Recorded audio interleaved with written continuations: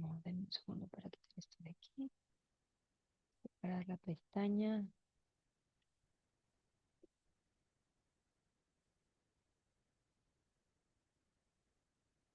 Y vamos a trabajar con una,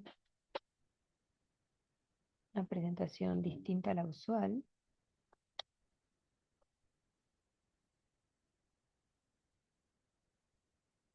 Ahí sumo.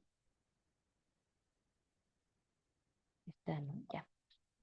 Si de pronto no lo ven, me avisan.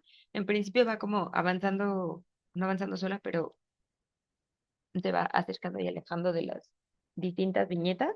Este, pero si de pronto la dejan de ver o así, me avisan. A mí me gusta trabajar con Prezi, siento que la hace como más amable, interactiva. Les voy a mandar la liga para que puedan tener la información y también para que si les interesa para alguna de sus actividades. Creo que ahora se pueden hacer más cosas con Prezi, no solo presentaciones, pero la verdad es que tampoco he estado segura, no quiero terminar de inventarme eh,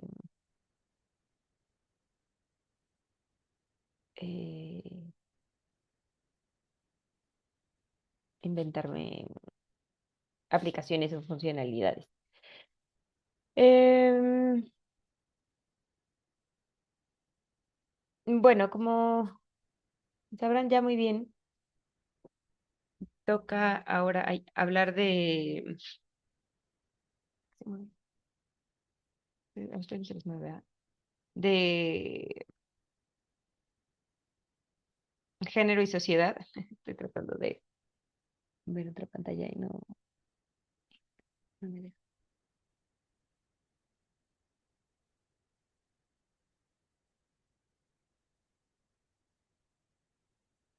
Creo que ya.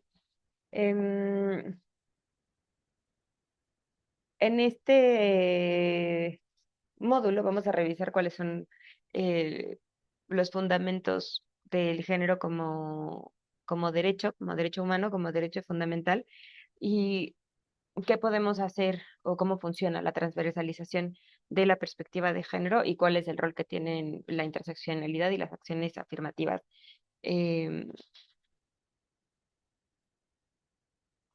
como en lo que hemos visto del desarrollo y el trabajo desde distintos ámbitos, las leyes, los reglamentos internacionales, la política pública, etcétera, con perspectiva de género, justamente. Entonces vamos a hablar de distintos niveles, eh, hacer un momento de revisión eh, de lo internacional, de cuáles son algunos de los marcos que se han hecho a lo largo de la historia de los marcos normativos internacionales, un poquito explicar cómo estas se van bajando. Vamos a tener una sesión prácticamente dedicada a hablar de los marcos internacionales, los nacionales, las distintas leyes, los distintos mecanismos, etcétera. Eso será en un par de sesiones. Pero este es como un primer esbozo, un primer acercamiento a esta práctica y cómo se va bajando por distintas líneas y distintos niveles. ¿Vale? Em, denme un segundo, quiero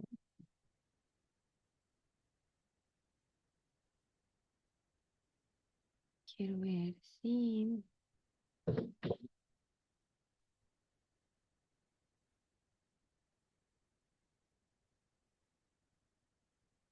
ello me sirvió de otra presentación, no la mando para.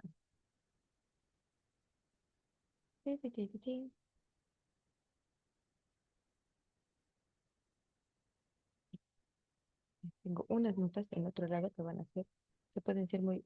Acá. Vale. Eh,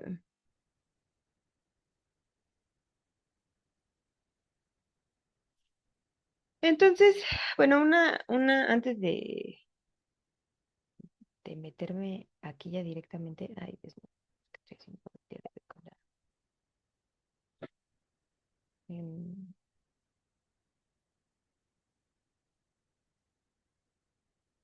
no puedo.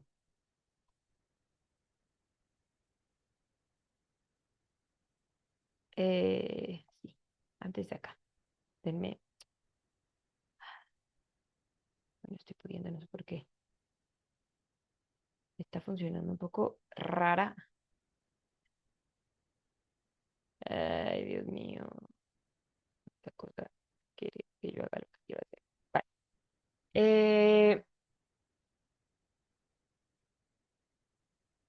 Lo siento. Vengo para acá y hago este punto más adelante. Vale. Entonces, decíamos de las sesiones anteriores que el género se refiere a estas construcciones sociales, culturales y psicológicas que van definiendo los roles y los comportamientos de las personas y otros, ¿no? Nos encasillan como entre ser hombres y ser mujeres. Em, Decíamos también y hacemos esta distinción la vez pasada, y algunas revisiones teóricas lo hacen con mucho más detenimiento y análisis, que no se limita solamente a la parte biológica, sino que vamos incluyendo el género, justo lo que dice es,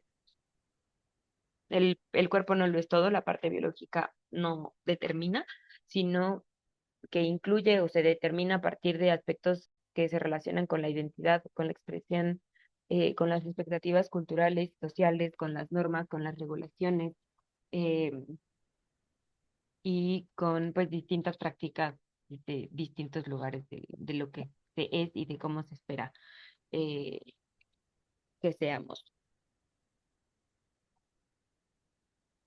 Veíamos la sesión pasada y hacia el final, yo creo, tengo que pensar que lo voy a hacer al final de la UCA. Hija.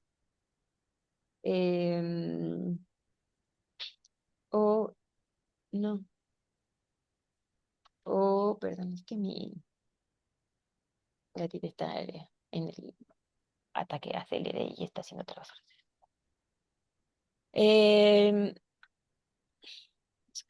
Hacer como un análisis, una pequeña revisión histórica de las olas del feminismo y entonces, ¿no? Como en qué momento surgen qué conceptos, qué perspectivas, etcétera.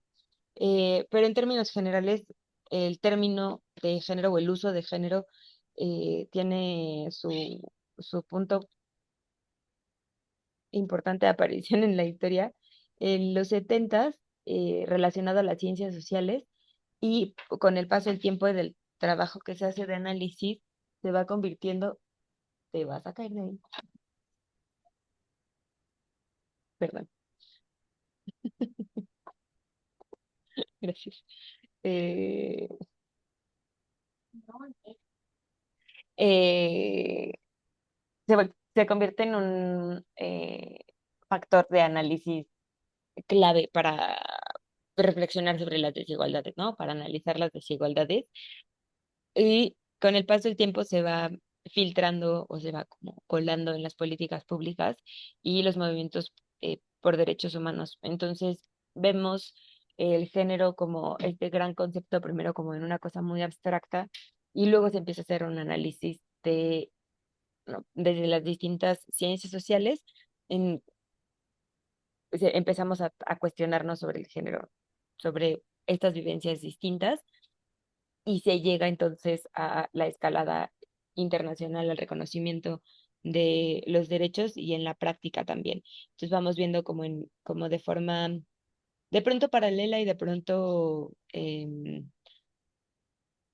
no necesariamente paralela, sino como cada quien en sus momentos y en dinámicas distintas, como se va integrando el género a la definición de política pública, a los marcos jurídicos y a los movimientos de derechos humanos. Y en la historia del movimiento de derechos humanos también el género, la perspectiva de género y los feminismos tienen sus propios impactos en distintas ciencias sociales eh, y desde distintos marcos teóricos. Eso lo vamos a ir. Déjame poner un poco de contexto. Va. Entonces, una de las cosas que yo les decía la vez pasada, creo, es em, el no. Eh, ok, Em,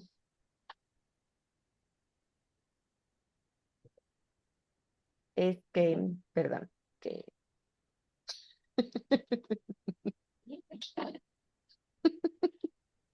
el proceso de socialización, esta dinámica de, de interacciones sociales, de dinámicas familiares, escolares, etcétera, nos van determinando, ¿no? Ya les decía que hay esta cosa de la norma o la normatividad que le llama Judith Butler, que tiene que ver con cómo se castiga o se valida, eh, o se reconoce, o se aplaude, o se niega, o se excluye a una persona a partir de ciertas actividades, de ciertas acciones o manifestaciones.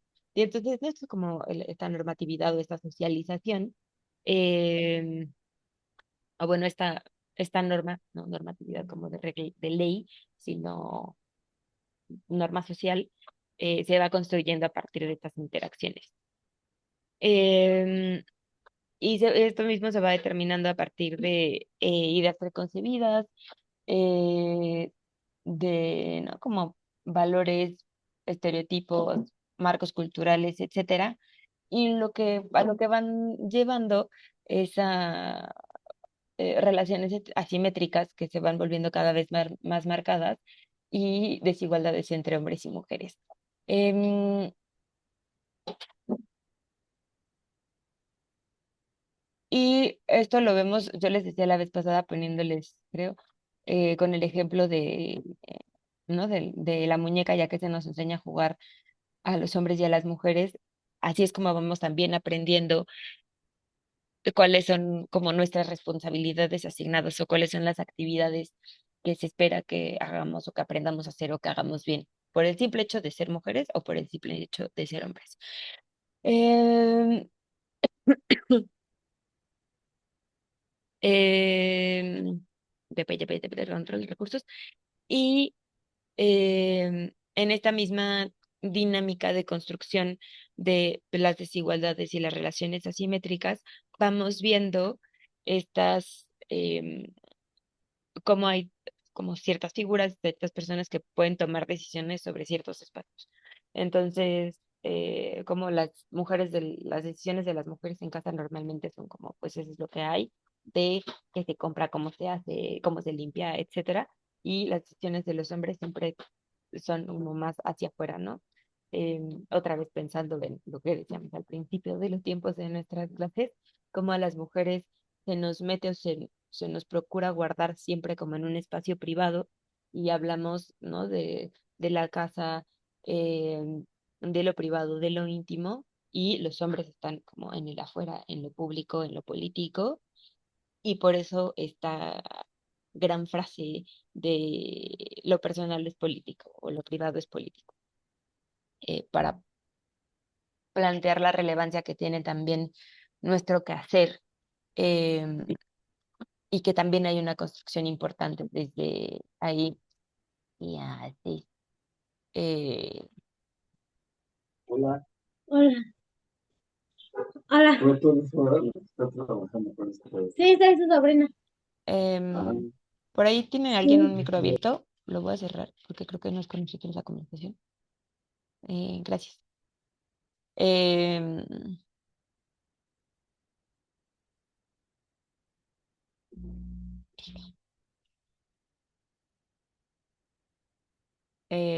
denme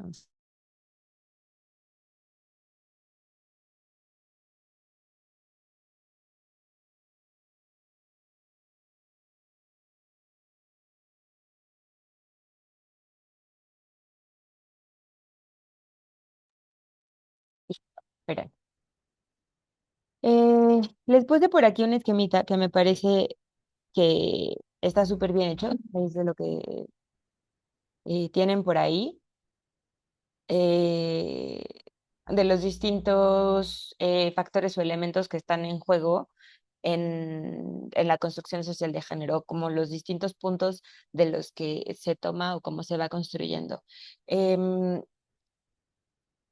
no me la voy a echar toda, creo, porque luego termino contando como creo que siendo un poco repetitiva, eh, pero creo que hay ¿no? Algunas cosas que son importantes. La primera es este circulito rojo del conjunto de valores, normas y tradiciones sobre el ser mujer y ser hombre. Así es, digamos, como una de las maneras en las que se construye. Em, pero luego hay, bueno, em, di cómo estas van variando dependiendo de la sociedad y la cultura. No, una de las cosas que de pronto ponen o ponían en su primer foro tenía que ver con esta construcción distinta. Ya no sé si es este grupo o el otro grupo. Les decía alguna vez el otro día en el mensaje que tengo como 100 estudiantes entre los dos grupos. Entonces, eh, de pronto, no sé quién está en qué grupo. Pero eh, hablaban de cómo hay ciertas dinámicas o ciertas cosas que están permitidas o que están como casi bien vistas en algunas culturas. Y se abría ahí un poco el debate a ver, es que esto no está bien. Y, y creo que lo que es importante es reconocer que ambas cosas son ciertas. eh, Uno, hay ciertas dinámicas, ciertas culturas y ciertos espacios que están como permitidos, no que estén bien hechos, pero que están permitidos por el contexto social o el contexto cultural y que se han permitido históricamente. Pero justo como no está bien y como estas prácticas al final son violentas, son violatorias de derechos humanos, son degradantes, ha habido todo un esfuerzo desde distintos ámbitos, pero sobre todo del trabajo de perspectiva de género, por sancionar o eliminar estas prácticas y estas dinámicas. Por ejemplo, los matrimonios infantiles, la castración infantil, eh, la mutilación genital, eh, las prácticas, incluso pensando como más en contextos eh, que tenemos quizás más cerca, eh, y que se permiten todavía un montón, la violencia obstétrica, por ejemplo. ¿No? Hay como todas estas prácticas que han sido la violencia intrafamiliar, que durante mucho tiempo no se cuestionaron o no se criticaron. Tomó como un esfuerzo muy grande, y una evolución de la historia de estos conceptos y de pensar y cuestionarnos si esto se podía hacer o no para llegar al esto no está bien. Entonces, otra vez, no es que esté bien hecho y no es que lo validemos o lo solapemos o digamos como, ah, sí, no pasa nada, sino de que por los contextos históricos y culturales y sociales hay cosas que se han permitido. Los, ah, eh, ahí tiene un nombre específico. Las lapidaciones, por ejemplo, de las mujeres musulmanas.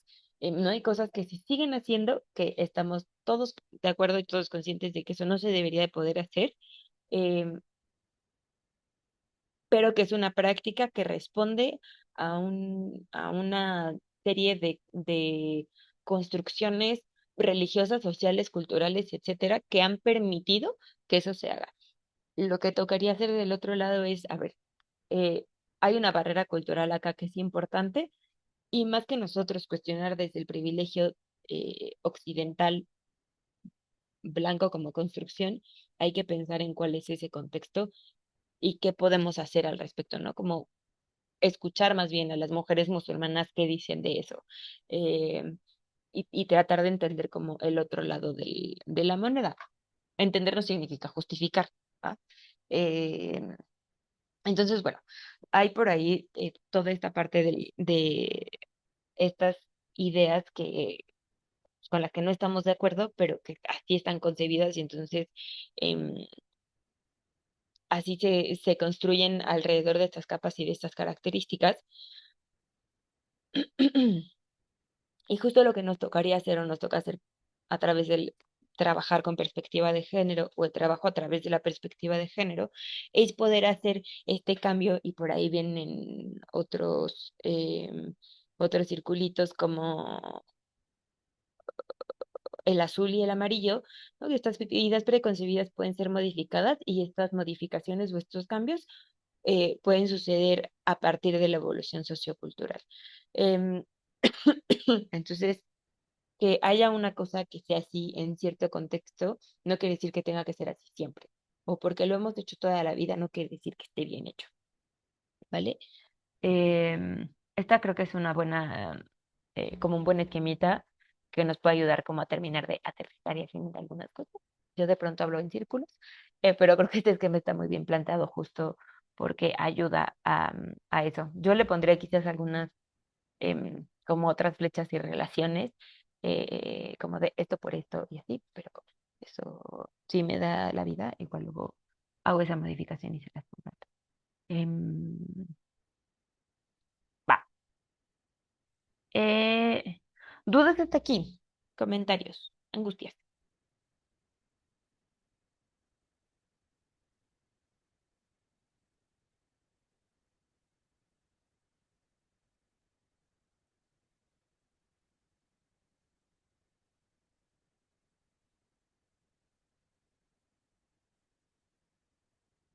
Vale. Ay, Dios.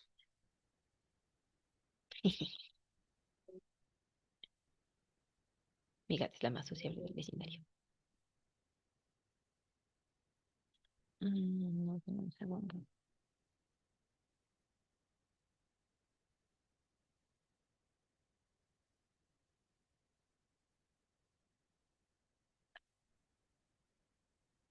Va.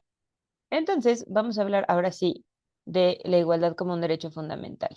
Em,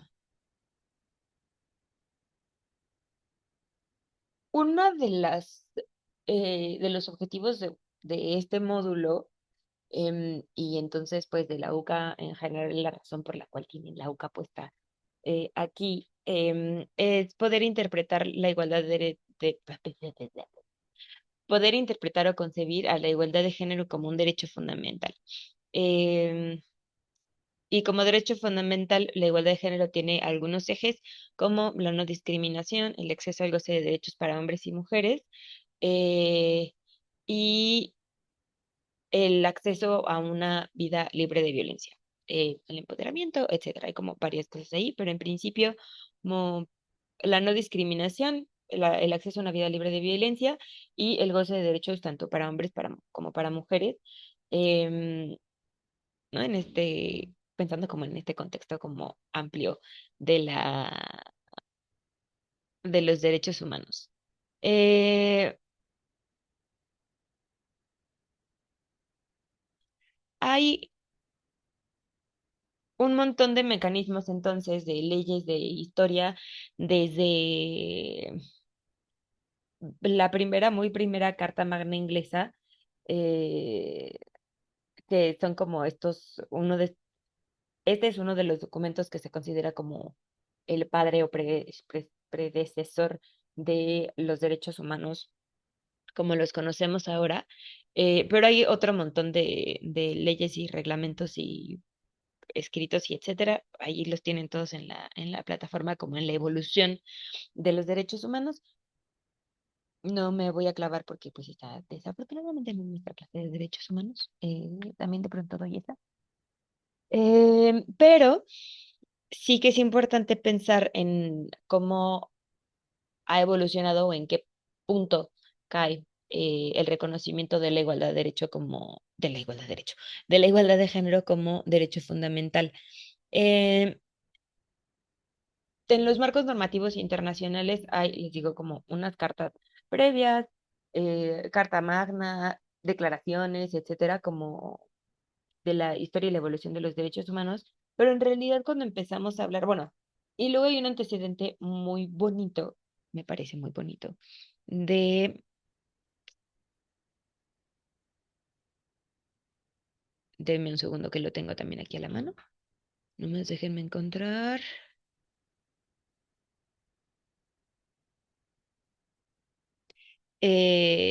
Vale, ya está.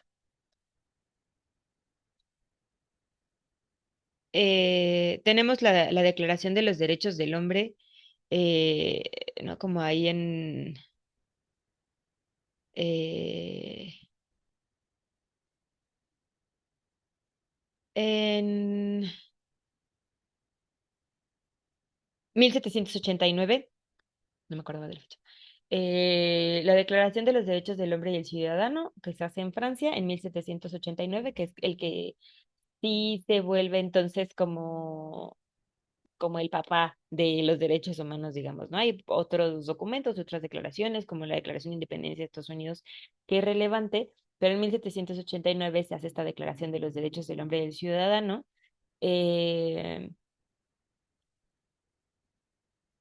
y en 1791, entonces, Olympe de Gouges, que es una francesa, escribe la Declaración de los Derechos de la Mujer. Ese es como el primer documento en el que alguien piensa sobre los derechos de las mujeres.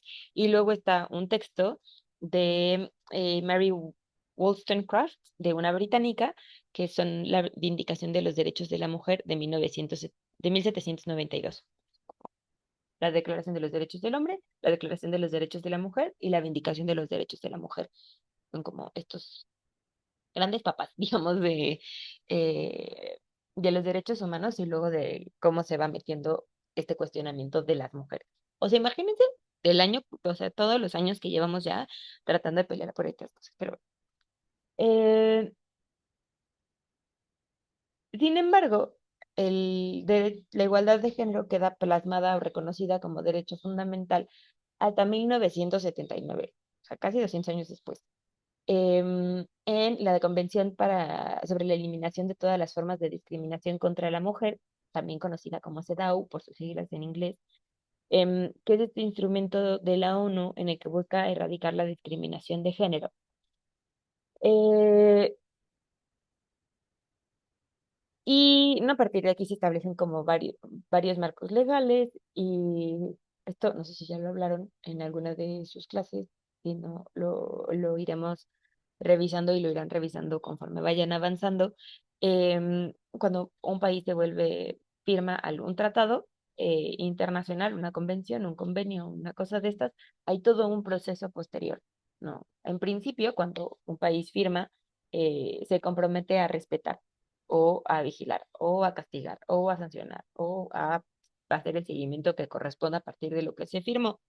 Em, y para hacer eso, normalmente lo que toca es bajarla a una ley federal, a leyes locales, a reglamentos, a leyes específicas, a regulaciones, crear institutos, crear normatividad, crear política pública, etcétera, etcétera. Entonces es un proceso súper, súper raro. Pero bueno, eh, tenemos primero a la CEDAW. Y luego, en el 94, se firma con otro organismo internacional, ya no la ONU, sino la Convención Interamericana, la Convención Interamericana para prevenir, sancionar y erradicar la violencia contra la mujer.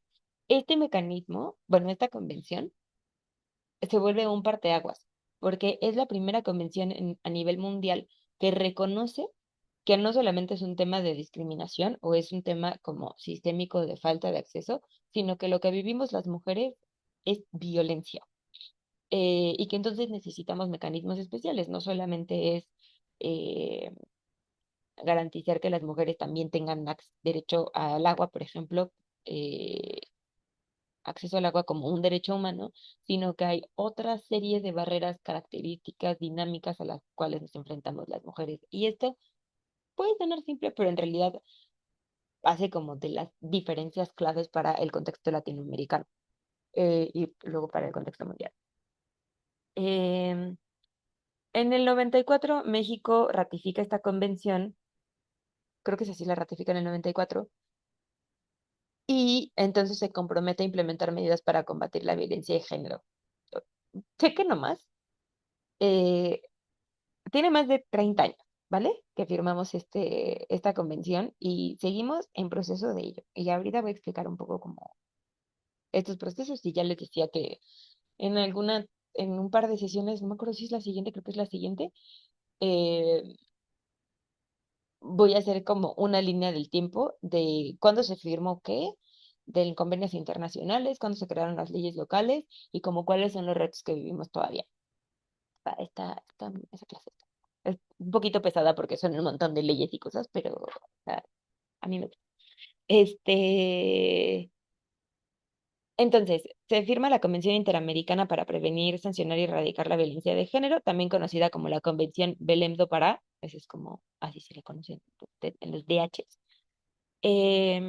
Y luego en el 95 viene la Declaración y Plataforma de Acción de Beijing, que es este acuerdo internacional en el cual se promueve la igualdad de género y el empoderamiento femenino. Y tiene como un tinte distinto que va más eh, pegado, si se dan cuenta, eh, a la, eh, a la CEDAW, ¿no? La CEDAW busca erradicar la discriminación de género y la Declaración de Beijing busca promover la igualdad y el empoderamiento. Entonces, esas están como un poquito más cercanas. Em, y después tenemos, o sea, ya como mucho más recientes, tenemos los objetivos de desarrollo sostenible, que en el objetivo quinto tenemos lograr la igualdad de género y empoderar a todas las niñas y mujeres. Eh, entonces, ¿no? Este primer esbozo de la igualdad de derecho, de la igualdad de género como derecho fundamental y este primer planteamiento desde la CEDAW tiene su impacto ahora también en los objetivos de desarrollo sostenibles, como mirando o como con miras a la paz social. Ahora, ¿qué rompiste?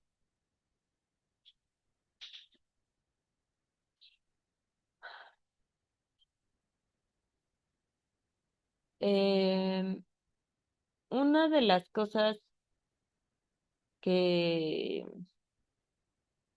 eh, que es importante reconocer es que sea, ¿no? Como firmamos estas primeras convenciones hace más de 30 años. El primer escrito en el que se reconoce los derechos de las mujeres o se plantean los derechos de las mujeres tienen más de 200 años. Como, y seguimos, ¿no? Enfrentando de todas formas como estas barreras y estas trabas. Eh, Y estas son desde el lado de la violencia de género, las normas culturales restrictivas, esto que decía como, bueno, de pronto estamos pensando o estamos concibiendo que esto tendría que ser de alguna manera, pero empezamos a ignorar o no reconocemos el peso que tienen ciertas normas culturales. Em, tenemos también eh, ¿no? Como otras cosas que podrían parecer más micro, pero que juegan un papel súper importante, el acceso a la educación y al empleo y las brechas salariales. El acceso a la educación es una de las cosas que creo que damos por hecho absolutamente, pero eh, si ustedes piensan en